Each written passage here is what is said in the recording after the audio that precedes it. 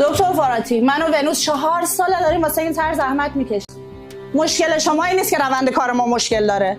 مشکل اینه که فقط نمیخوان از طرح ما حمایت کنیم. ولی این ترکیب اگه به کارزنای بالینی برسه میتونه جون خیلی نجات بده. لازم باشه این پروژه رو میبرم خارج از کشور، ولی 100% عملیش میکنم.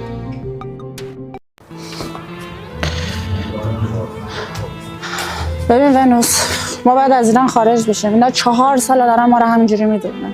10 سال دیگه هم بیایم روالش همینه. منم به اینا شک دارم، یه جای کارشون میلنگه. میدونن طرح ما خیلی ارزشمنده. الو نرگس، سلام، چطوری؟ من دم داروخونم، بیا میخوام یه خبر خوش بهت بدم.